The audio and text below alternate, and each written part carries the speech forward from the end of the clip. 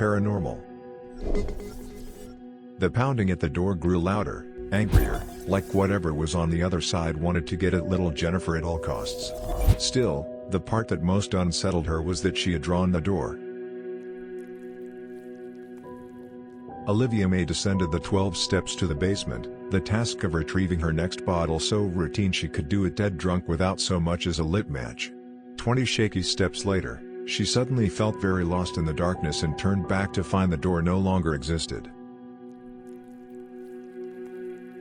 When Ava was a child, one tight hug from her doll Juliette would melt all her fears away.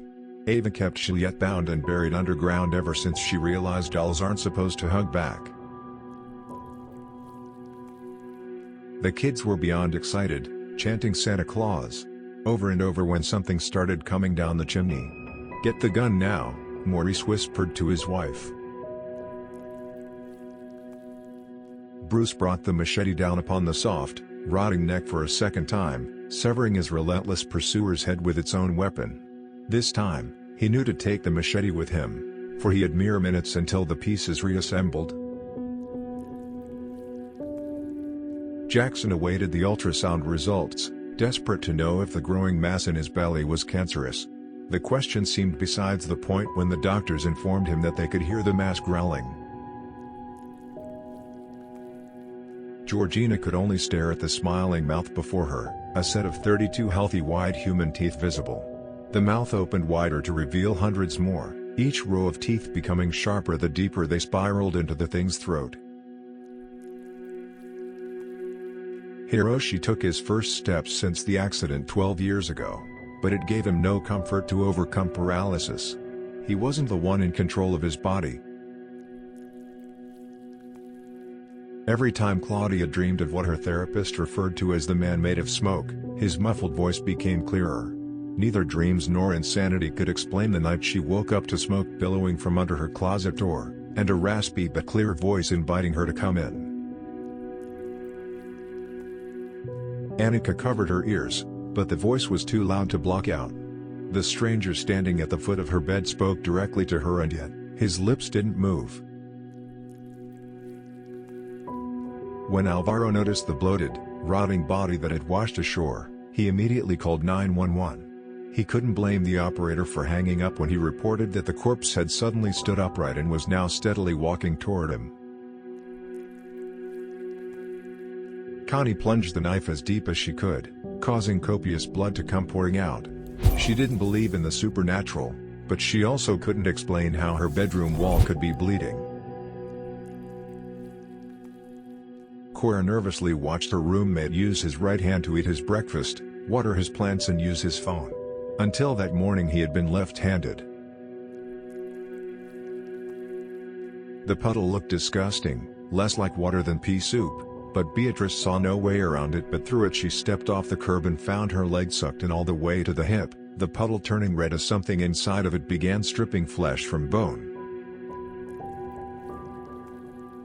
The animal hospital was always deserted at night, so the blurry figure on the old security monitors caught Victor's attention. He thought it was an employee opening one of the cages, until whatever it was took a dog's head off in one clean bite. Nearly blinded by the snow, Mick fought through the bitter force of the wind to make the final few steps of the Everest summit. He froze not because of the cold, but the terror of finding a naked woman comfortably waiting for him with a smile wider than anyone living was capable of. Evelyn could only stare as her laptop's keys began pressing themselves down, slowly typing something on screen that she couldn't make sense of. Rgzausis, Buhai. Whatever presence was trying to communicate with her took weeks to finally make sense, when it typed out, "This is my house." Seth refused to use public washrooms ever since he was a child, when that hairy, chapped old man's hand reached for his penis as he urinated. Little Seth had slammed the toilet lid down, the pain prompting the hand's owner to retreat back down into the drain. The trap worked that morning, and the cockroach was finally dead. Even when the sun started setting, the city continued celebrating in the fallen behemoth's growing shadow. "Howdy, it sure is a hot one today," Darcy's elderly neighbor shouted from his porch as he grabbed the Sunday paper and made his way back inside. It scared the shit out of Darcy to see the newspaper return to the porch with a barely perceptible glitch before her elderly neighbor opened his front door to retrieve it, again. "Let me out," screamed Lydia's captive yet again, more desperate to escape than ever. Lydia's life was at stake, but her mind was becoming too weak to contain the voice. "Break a leg," Rose wished out loud to the play's lead actress. Carrie's leg snapped like a twig at the command, a painful lesson to start treating her understudy more kindly. The undead were fast approaching, but Simon was a mere 50 feet from the entrance to the safe house. Struggling to catch his breath a few feet from the steel door, he realized obesity had killed him after all. Rocco grabbed a fistful of thick, black hair and yanked as hard as he could. Gagging and retching, he ripped the inexplicable mass of hair from his throat only to feel the regrowth begin blocking his airway again. Leanne clawed fruitlessly at the cold hands clamped around her throat. She kicked her feet but found only empty air, confirming what she thought impossible: the hands weren't attached to anything. Bloody as it was, the egg seemed completely normal.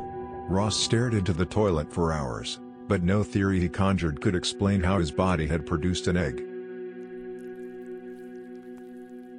"I answer only to gobble, collector of virgin blood and eater of innocence," came the rasping, demonic voice at the foot of Jack's bed. Jack was barely 3 years old, but even he could tell by his mommy's voice that something was very, very wrong with her. Milosh had once weighed over 300 pounds, so seeing such a low number on the scale was enough to bring tears to his eyes. He was down to 93 pounds, and the doctors still had no idea what was eating up his insides. The syringe filling Vivian's veins was making her sleepy, and she welcomed the prospect of being unconscious. Her tunneling vision followed the syringe to the limb it was attached to, but she still couldn't accept that whatever the abomination was injecting her with came from its own body. Unable to see, hear, smell, or taste anything but darkness, Corey reached out his trembling hands in a fruitless attempt to feel his way out of the sensory deprivation tank. The door, like everything else, was simply gone. The morning after Kathleen aborted her baby, she ran her hands over her stomach and sobbed. The waistband of her pajamas was stretched to the limit, strained by the size of whatever had developed inside her overnight. "Hello," the tidily dressed man said once again, prompting Reagan to quicken her steps and push her stroller past him without a reply. The first hello had seemed friendly, but this was the 10th time she'd changed directions completely and run into him within a few steps. Numbed by shock, the only thing Satoru could think of was the image of a cat sharpening its claws on a scratching post. He knew it was a strange last thought to have as the beast ripped his guts out. Ferris started crying when she awoke to find her naked father standing in her bedroom's doorway, his eyes as wide as his smile. "Is everything okay, sweetie?" her father called out from his bedroom down the hall. After several clumsy attempts to find a vein, Erin wanted to say something to the nurse about the hurry she seemed to be in to finish the blood test. Erin's words failed her when the nurse moaned with pleasure, gulping down the first freshly filled vial.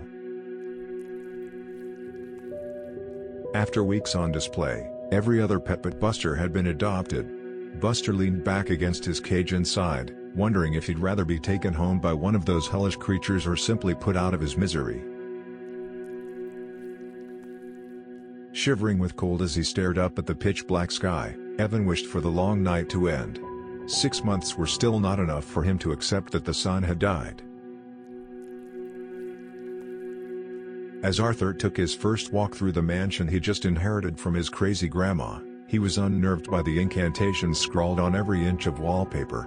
He defiantly ripped a strip off the wall, understanding why she had insisted he change nothing when the wallpaper continued peeling itself. When Mason awoke to find muddy footprints that stopped at his bedside, He skipped calling 911 and followed the trail himself. He was determined to personally make the intruder pay, but he could only tremble when the footsteps led him straight into a nearby lake. June felt a fleeting moment of joy as one of the doctors held up the little miracle she just pushed out. "Now we have some room," said another doctor, approaching with the abomination he intended to push in. Lillian was the only professional swimmer in the group, so she wasn't surprised to be the first one her friends tossed off the cottage's dock into the water. They laughed as Lillian flailed and screamed for help, certain that the thing she claimed was pulling her down by the ankle was a joke. After many millions of dollars, Imogen's research team confirmed that her childhood dream of being invisible had finally become a reality. They insisted that reversing the process would take just one simple injection. But for all their genius, they never considered how that would be possible if they couldn't see, hear or touch her.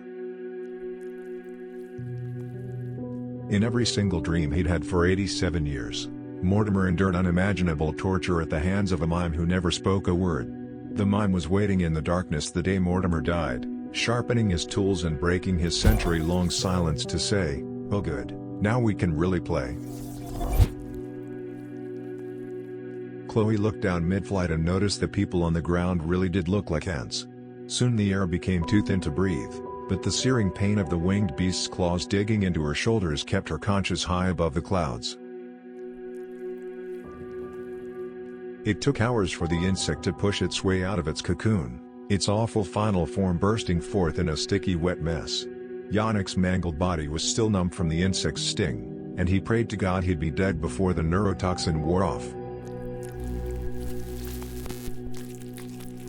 This spine-chilling horror stories are also available in audiobook, hardcover and paperback on Amazon and in Goodreads. Make sure to check it out. Links are in the description box below. Please like our video and subscribe to our channel, so you won't miss out any of our future videos. Thank you for your support. This is RedditJoe channel, your everyday Reddit.